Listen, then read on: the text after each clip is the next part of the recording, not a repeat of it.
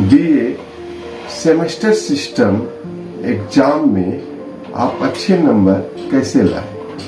और दूसरा टॉपिक है कि बीए के सेमेस्टर जो एग्जाम होते हैं 6 महीने पर, उस पर आप टॉप कैसे करें। आज इसी बातों पर हम लोग चर्चा करेंगे। लेकिन इससे भी इम्पोर्टेंस है कि अपनी उत्तर पुस्तिका आंसर बुक को आखिर कैसे लिखें। ठीक है, आखिर हमें आंसर बुक किस तरह लिखना चाहिए कि हमें जो है एग्जामिनर ज्यादा से ज्यादा नंबर दे सके। इसी विषय पर हम चर्चा करेंगे। इसके पहले हम वीडियो को शुरू करें। सभी को गुड मॉर्निंग। मैं एसके गुप्ता एसके विज्ञान ज्योति की ओर से आपके बीच उपस्थित हुआ हूँ। देखिए स्टूडेंट्स, एग्जाम का रूटीन आ चुका है, परीक्षा का दौर शुरू होने वाला है, परीक्षाएं होने वाली है।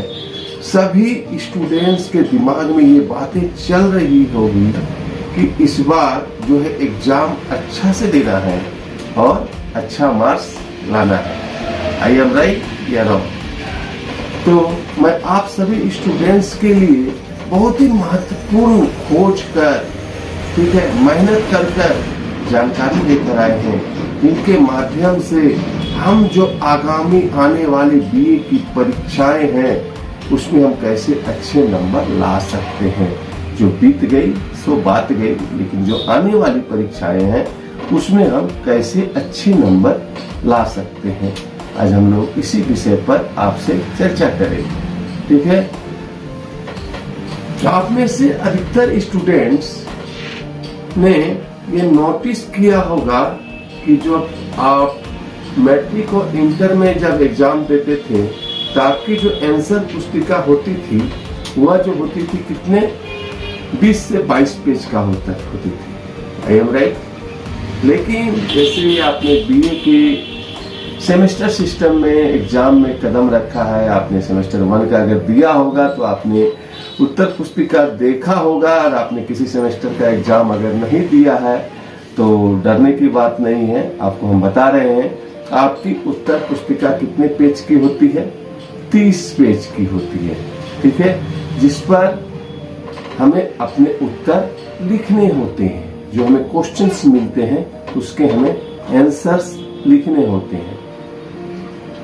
स्टूडेंट्स, अभी तक आपने वीडियो को अगर शेयर नहीं किया है तो अपने दोस्तों को जरूर शेयर कर दे। वीडियो को लाइक नहीं किया है तो लाइक कर दे। ठीक है, अधिकतर छात्र उन सभी पेजों को भरने में ही लग जाते हैं। जैसे ही क्वेश्चन मिला कि कॉपी को भरना है, ठीक है, इसके जल्दी भरने के चक्कर में वो क्या कर देते हैं कि उनके उत्तर गलत दिखा जाते हैं। यदि आप ऐसा करते हैं तो उसमें आपके भी उत्तर क्या हो सकते हैं? गलत हो सकते हैं। या फिर आपकी हैंडराइटिंग जल्दी लिखने के चक्कर में क्या हो सकती है? खराब हो सकती है। जैसे स्टूडेंट्स, जिसका रिजल्ट क्या होगा, परिणाम क्या होगा, जिस चीज का आप लिखकर कॉपी भरकर फायदा उठाना चाहते हैं उसका उल्टा हो जाता है। आपके आंसर्स गलत हो जाते हैं, पॉइंट्स इधर उधर हो जाते हैं, या आपके हैंडराइटिंग क्या हो जाते हैं? खराब हो जाते हैं। जिसके वजह से आपके एग्जामिनर, कॉपी चेक करने वाला आपके नंबर को क्या कर देता है? कटौती कर देता है। जहां आपको 20 में 15-16 मिलना चाहिए, लेकिन हैंडराइटिंग के वजह से आपको वहां पर नंबर में क्या आ जाता है? 11-12 आ जाता है, 11-12 आ जाता है।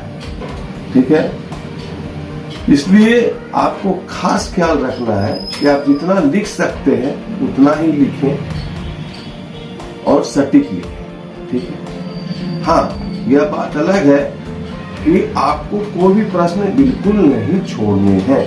ठीक है, जो भी लिखना है बिल्कुल क्या लिखना है? सटीक लिखना है। और आपको लिखना किस प्रकार से है ये भी बहुत बड़ा मायने रखता है कि आखिर हम लोग आंसर पुस्तिका को आखिर लिखेंगे किस प्रकार से। सर, आप बोलते हैं कि हैंडराइटिंग भी अच्छा होना चाहिए, कॉपी नहीं भरना है, इस चक्कर में नहीं रहना है, तो आखिर लिखेंगे। इसी को आज हम विस्तार पूर्वक बताने के लिए आपको लिया है। इसलिए यदि आप आगामी जो आने वाली आपकी परीक्षाएं हैं उसमें अच्छा अंक प्राप्त करना चाहते हैं तो इस वीडियो के साथ अंत तक बना रहें, स्किप करके वीडियो को ना देखें और वीडियो अच्छा लगे तो जरूर अपने 10 दोस्तों को शेयर करें, क्योंकि कर भला तो हो भला। एसके जी ज्ञान ज्योति कहती है अगर आप अच्छा करते हैं तो ईश्वर भी आपके लिए अच्छा करता है। ठीक है, तो देखिए स्टूडेंट, शुरू करते हैं। एग्जाम हॉल में जैसे ही आप पहुंचते हैं, अपने सीट पर बैठते हैं, तो उसके बाद आपके दिमाग में क्या सवाल चलता है कि हम किस तरह एग्जाम को लिखें जिसके माध्यम से हमें अच्छा से अच्छा कॉपी चेक करने वाला एग्जामिनर टीचर हमको नंबर दे और हमें एक बेहतर रिजल्ट प्राप्त। यदि आपको भी एक बेहतर रिजल्ट प्राप्त करना चाहते हैं, अपने लिखने के तरीके में सुधार करना चाहते हैं, ठीक है, तो सबसे पहले आपको यह ध्यान देना चाहिए कि अपने स्वयं के तरीके से ही लिखें। सबसे पहले आपको क्या ध्यान देना होगा कि आंसर पुस्तिका अपने तरीके से लिखें। ये क्या बोल रहे हैं सर? हाँ स्टूडेंट, किसी का कॉपी ना करें। अधिकतर स्टूडेंट्स क्या करते हैं, अरे तुम ऐसे लिखा हम भी ऐसे लिखेंगे। ठीक है, किसी का कॉपी ना करें। कॉपी करने से नुकसान क्या होता है? अगर आप किसी का कॉपी करके लिखते हैं, अगर आप मान लीजिए सभी स्टूडेंट्स, एक अलका गेस्ट पेपर आता है और कोई क्या क्या गेस्ट पेपर आता है, सभी स्टूडेंट्स अगर गेस्ट पेपर से तैयारी करके लिखते हैं या एक दूसरे का देख कर लिखते हैं तो ये हो गया कॉपी करना। ठीक है, कॉपी करना। ठीक है, ठीक है, तो इस जगह पर क्या करना है, आपको कॉपी नहीं करना है, क्योंकि जब एग्जामिनर कॉपी चेक करने वाला आपके कॉपी को चेक करेगा तो देखेगा roll number 427 same answer, 428 same answer, 429 same answer. अरे यहाँ तो सबका सेम आंसर है, बिल्कुल कॉपी किया है। चलो 20 में 12 करके सबको दे दिया जाए। आंसर तो बिल्कुल सही है, लेकिन क्या है, कॉपी है, कॉपी। और जब आप कॉपी नहीं करेंगे कि तो क्या होगा, कॉपी करने से आपको बचना है। आप कॉपी नहीं करेंगे तो कहां से लिखेंगे? इससे, इसका तो आपका कोई कॉपी नहीं कर सकता है। एग्जामिनर देखा, अरे सबका तो सेम आंसर आ रहा था, आपने कॉपी नहीं किया है, आपने अपने दिमाग से लिखा है, आंसर को बना के अपने दिमाग से पैदा करके लिखा है, समझ कर लिखा है। तब वह एग्जामिनेशन जो है क्या करता है, अब जब आपकी कॉपी को चेक करता है, जब उसको कुछ अलग मिलता है तो क्या करता है, आपकी कॉपी को चेक करता है और उसे महसूस होता है कि इस बच्चे ने कॉपी नहीं किया है बल्कि खुद से मेहनत करके पढ़ा है, जिससे कि आपके कॉपी का, आपके आंसर बुक का उस एग्जामिनर पर बहुत गहरा प्रभाव पड़ता है और इसका प्रभाव आपके रिजल्ट पर भी पड़ता है। हमको उम्मीद है कि आप यहाँ तक तो जरूर समझ गए होंगे।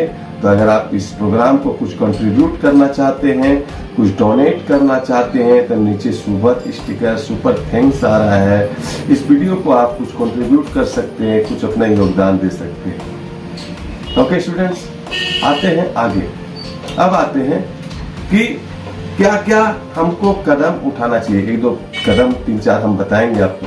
पहला कदम हम 5 कदम अभी आपको बताने जा रहे हैं। तो पहला कदम आपको क्या उठाना चाहिए, आखिर रिजल्ट को बेटर करने के लिए क्या करना चाहिए, समझ सकते हैं। देखिए, आप उत्तर पुस्तिका तो लिखते होंगे, अपने राइटिंग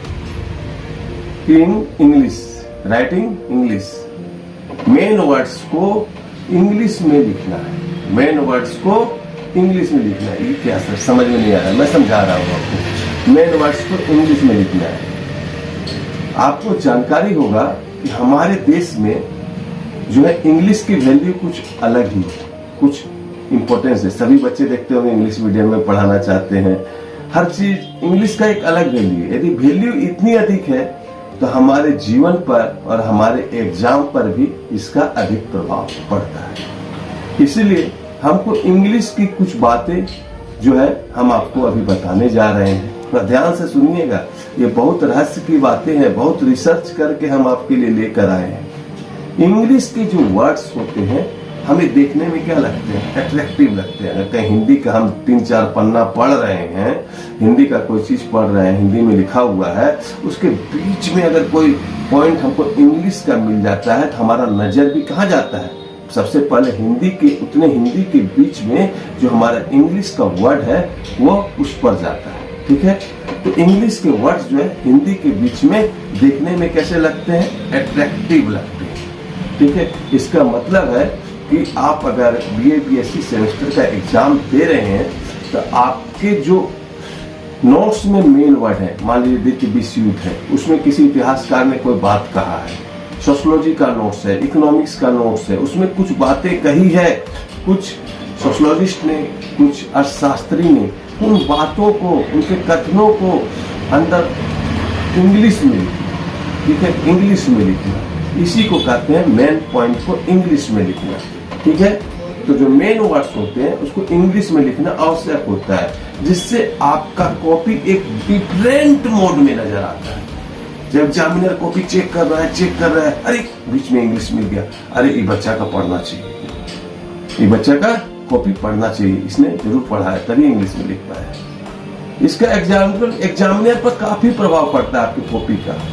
ठीक है, क्योंकि यदि आप उसका अंग्रेजी अनुवाद करते हैं, जो आपका इतिहासकार ने, अर्थशास्त्री ने, सोशियोलॉजिस्ट ने, फिलोसोफर ने, ये सब जिसने कहा है जो कुछ बातें उस क्वेश्चन से संबंधित रिलेटेड, ठीक है, उसको आप हिंदी में लिख रहे हैं, लेकिन आप उसको इंग्लिश में ट्रांसलेट करके लिख रहे हैं, तब टीचर सोचता है अरे बच्चा तो कुछ पढ़ा है तभी इंग्लिश में लिख पाया है। ठीक है,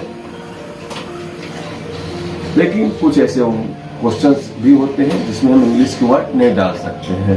ठीक है, तो उसे में नहीं डाल सकते हैं, अतः हमें मेन पॉइंट्स को क्या करना चाहिए, इंग्लिश में लिखना चाहिए। ठीक है, और तो पहला आपको मैंने क्या बताया कि मेन वर्ड्स को किस में लिखना है, इंग्लिश में लिखना है। और अब आते हैं दूसरा, पॉइंट्स में लिखना, अपने उत्तर को पॉइंट्स में लिखना अगर पॉसिबल हो। आपको कोशिश करनी है, आपको क्या करनी है, कोशिश करनी है कि आप अपने आंसर जो भी आप लिखते हैं आंसर पुस्तिका में, उन्हें अधिक से अधिक पॉइंट्स में लिखने की कोशिश करें अगर पॉसिबल हो।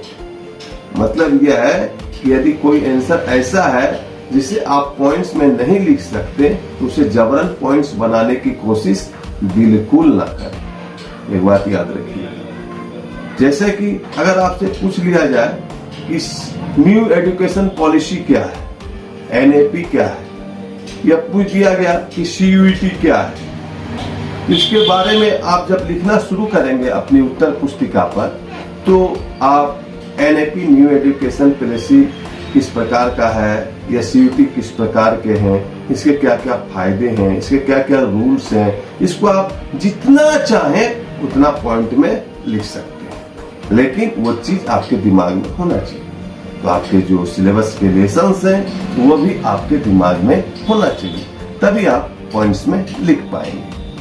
ठीक है, इससे होता ही है कि आपका लिखा हुआ आंसर जो है पॉइंट्स में लिखने के बाद बहुत ज्यादा अट्रैक्टिव दिखाई पड़ता है, और इसका परिणाम भी मिलेगा। जब हमारा आंसर बुक अट्रैक्टिव दिखाई देगा तो इसका परिणाम भी क्या मिलता है जानते हैं, आपका एग्जाम का परिणाम जब आता है तो आपका रिजल्ट भी अट्रैक्टिव दिखाई देता है। राइट, आपका जब आंसर बुक अट्रैक्टिव दिखाई देगा तो आपका रिजल्ट भी अट्रैक्टिव दिखाई देगा। आई एम राइट या रॉन्ग, आप जरूर कमेंट करके बताएं।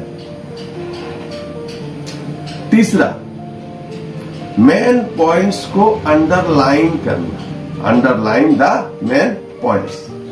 देखिए आपके नोट्स में कुछ मेन पॉइंट्स होते हैं, कुछ कीवर्ड्स होते हैं। ठीक है, जैसा कि आप वर्ड से ही साफ हो गया कि अंडरलाइन करना। अंडरलाइन का मतलब है किसी वर्ड को हाईलाइट करना। क्या होता है हाईलाइट करना, उस पर एक दाग लगा देना, एक लाइन नीचे में लगा देना। जैसे हम आपको समझाते हैं, कभी कभी के नोट्स तो देखते हैं लाइन लगा लगा के समझाते हैं, उसी तरह यदि आपको कोई एक पैराग्राफ लिखते हैं और उसमें कुछ ऐसा शब्द आते हैं या कुछ ऐसे लाइंस आते हैं जो उस पैराग्राफ के लिए अति इंपॉर्टेंट है, अति आवश्यक है, तो उन समस्त लाइन को आप एग्जाम कॉपी में आप अंडरलाइन कर सकते हैं। हमारे एसकेजी ज्ञान ज्योति के एक स्टूडेंट्स हैं सेमेस्टर 2 के, रणवीर सिंह, वो जब भी अपने आंसर को लिख के भेजते हैं ना, वो अंडरलाइन जरूर करते हैं।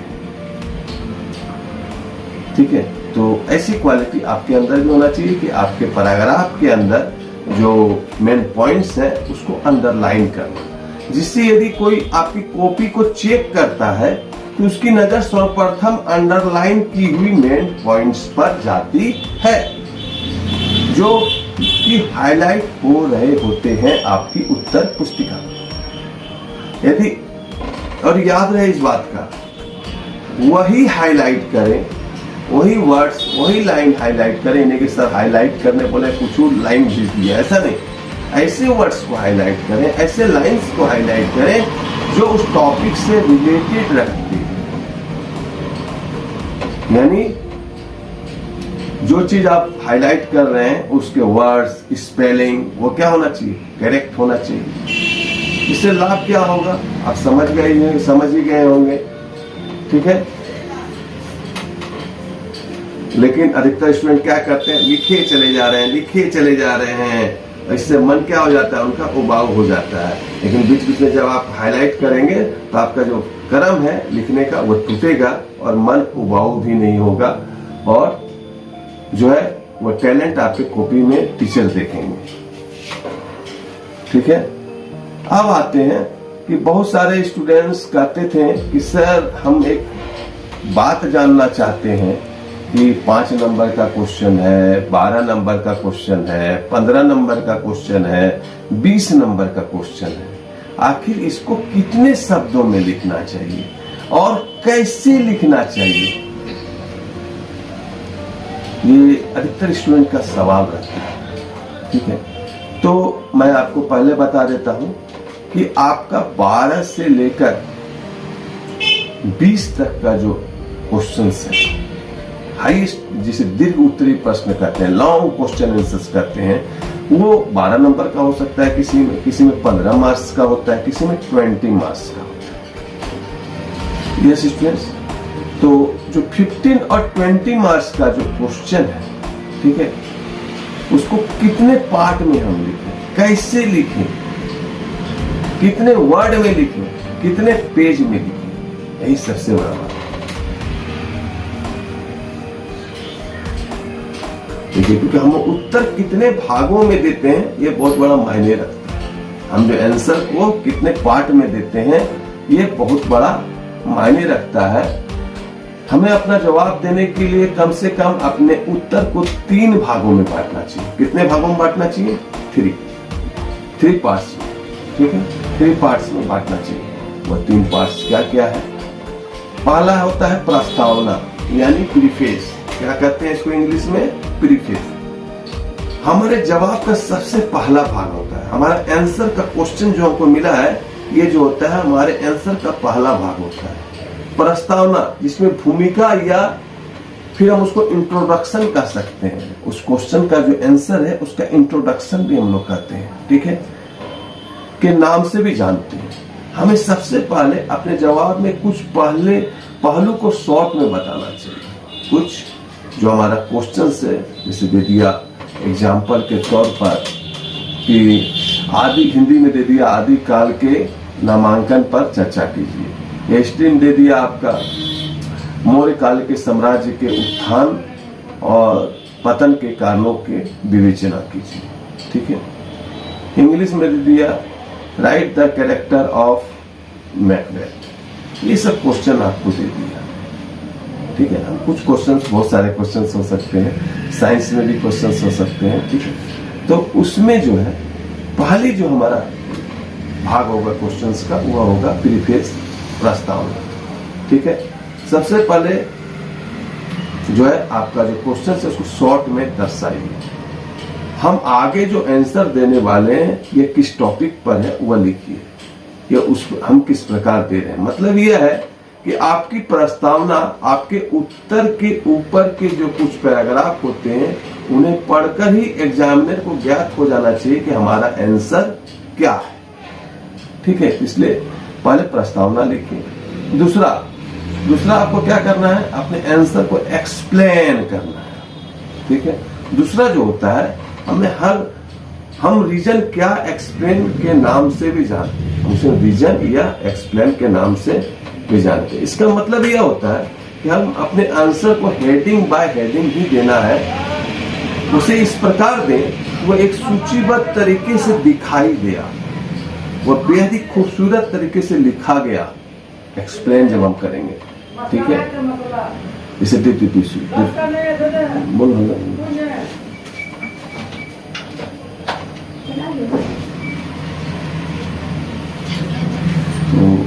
द्वितीय विश्वयुद्ध के बारे में हम लिख रहे हैं, तो जैसे द्वितीय विश्वयुद्ध के बारे में लिख रहे हैं तो द्वितीय विश्वयुद्ध के बारे में हम लिख सकते हैं कोई भी युद्ध अचानक नहीं होता, बल्कि इसके अनेकों कारण होते हैं। कारण के अलावे कुछ ऐसी तत्कालीन परिस्थितियां होती हैं जो युद्ध को महत्वपूर्ण तथा असंभावी बना देती है, जैसा कि हम लोग द्वितीय विश्व युद्ध में देखते हैं। ठीक है, इस तरह बना के जो है आप पहला जो है इंट्रोडक्शन यानी प्रीफेस लिख सकते हैं। उसके बाद आप द्वितीय विश्व युद्ध का एक्सप्लेन करेंगे किस कारण से हुआ था, और लास्ट में तीसरा जो होना चाहिए आपका एक्सप्लेन। ठीक है, तीसरा जो होना चाहिए वो होना चाहिए कंक्लूजन यानी निष्कर्ष। आप जो उत्तर लिखें उसका लास्ट में निष्कर्ष क्या निकलता है वो होना चाहिए। ठीक है, निष्कर्ष, और अंत में हमारे आंसर का निष्कर्ष निकालते हैं कि हम जो आंसर लिखें उसका निष्कर्ष क्या निकलता है, हमने जो आंसर दिया है वो आखिर क्या है, किस विषय पर है, और उस समय क्या जानकारी प्राप्त होती है। हमारा द्वारा दिया गया आंसर हमारे निष्कर्ष के माध्यम से ही आंका जाता है। हमें क्या लिखा है, हमने वहां क्या लिखा है और लिखना क्या चाहिए था, इसलिए हमें अपने निष्कर्ष को भी महत्वपूर्ण ढंग से क्वेश्चन का जो एंडिंग पार्ट होता है, निष्कर्ष अंतिम पार्ट होता है। पहला पार्ट है प्रीफेस, ठीक है, दूसरा पार्ट है एक्सप्लेन और तीसरा पार्ट है निष्कर्ष। इस प्रकार आप अपने उत्तर पुस्तिका को लिखेंगे, और यह हमें बताने की जरूरत नहीं है कि उत्तर पुस्तिका के बाएं साइड आपका थोड़ा सा जगह छोड़ देना चाहिए। सब आप सेमेस्टर 1 का एग्जाम दे चुके हैं, उन बातों को मैं नहीं बताऊंगा। कुछ नई बातें थी जो मैं आपके लिए लेकर आया। स्टूडेंट्स, अगर आप किसी भी सेमेस्टर के नोट्स चाहते हैं, सटीक नोट्स चाहते हैं, तो आप एसकेजी ज्ञान ज्योति से संपर्क कर सकते हैं। अगर आप ऑनलाइन क्लास चाहते हैं तो एसकेजी ज्ञान ज्योति से संपर्क कर सकते हैं। अगर आप हमारे व्हाट्सएप ग्रुप से जुड़ना चाहते हैं तो नीचे लिंक दिया गया है, आप जुड़ सकते हैं।